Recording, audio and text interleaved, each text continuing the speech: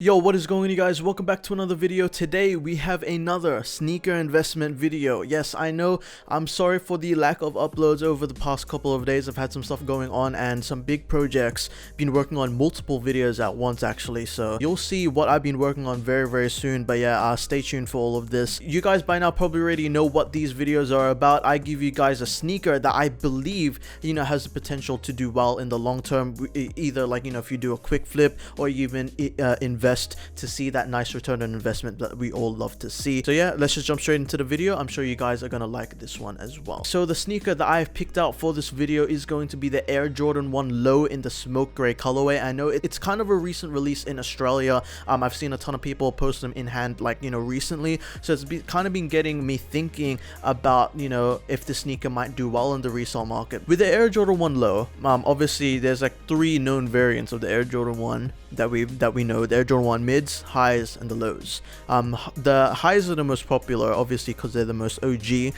Mids are probably the least popular, and then the lows, that is an OG cut of the Air Jordan 1 that is very in demand sometimes. And the thing that I love about Air Jordan 1 lows is that they mass produce them, so like the people that really wanted the colorway do get a chance to cop them for a really cheap price. I think retail on them is like what, 90 USD or 150 Australian dollars. So retail in itself is very cheap, and then the resell, sometimes with resell on Air Jordan 1s, they're basically double of the retail price. So like usually they're like 300 to 500 Australian dollars, and that's not good. It hurts the pocket sometimes if you're just a casual sneakerhead. You really just like a couple shoes, but you're not that big into it or that dedicated into it. So if you want to taste about what the Air Jordan 1 is like, or you want to feel of the aesthetic, I feel like lows are one of the best places to go, just because you're getting a really nice cut, and yeah, you're getting some dope colorways that really mimic the highs. Sometimes the mids, they get a bit of like funky colorways, and sneakerheads, I know I can speak for a lot of people,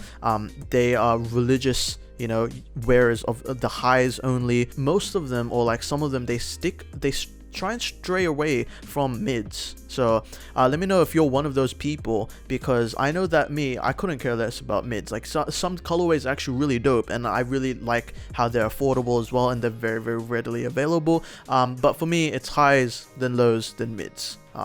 That's just me. Regarding the smoke gray Air Jordan 1 sneaker, so it's a very simple sneaker. The colorway is super simple and super wearable as well. It's just a smoke gray, white panels as well, and there's also some red accented stitching, I think, in the back heel, which is pretty sick as well. Obviously they do mimic the smoke gray highs, the smoke gray mids, and of course the Air Jordan 1 Dior's. Honestly, Air Jordan 1 lows, I know Nike and Jordan Brand have been pushing the Air Jordan 1 low. Apparently next year they're going to have more of a OG remodeled look, like with the OG cut, and then there's going to be like Nike Air on the tongue, so it's going to literally mimic the OG Air Jordan 1 lows, like the Royals, Bread, Shadows, like those OG colorways that released like sometime like 2015s or that time period. And then they're gonna like stop doing the thick padded tongue or whatever, so it's gonna be more OG. So that's why I really think that lows are gonna be the new wave. Obviously we've seen the wave with the Nike Dunk lows, so I do think that the Air Jordan 1 lows are going to follow suit, just because there's some really dope colorways with that. And then I really think that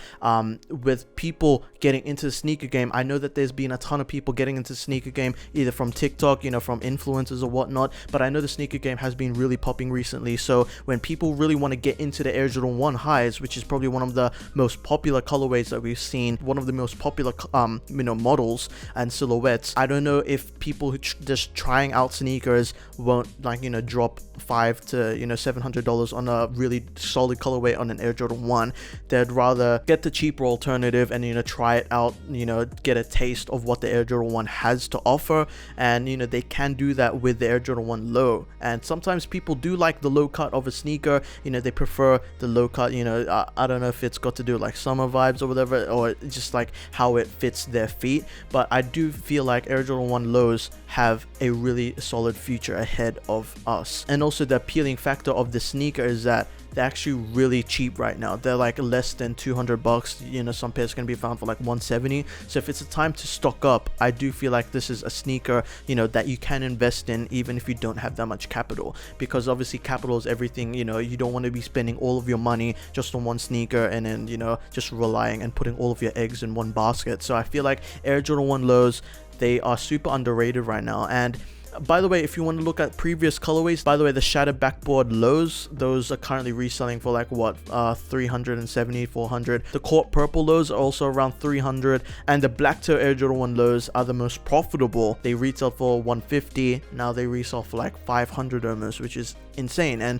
you can already see that these colorways are on the come up. So yeah, that's just something to look forward to. This is basically another sneaker that I do feel like has that potential in the future of the resale market. We've seen it with the Air Jordan 1, with the previous Air Jordan 1 low colorways. They basically doubled in less than a year. So yeah, that's something to keep your mind on. Thank you all so much for watching. And by the way, I forgot about mentioning the wearability of the sneaker. They're a simple sneaker. They're so wearable, and basically any gender will rock them, any age will rock them. So yeah, any size will do for the sneaker. So don't worry about picking the right size, because any size will sell. But yeah, thank you all so much for watching. Please like the video if you enjoyed. Please subscribe down below if you're new, and I'll see you guys in another video. Take care and peace.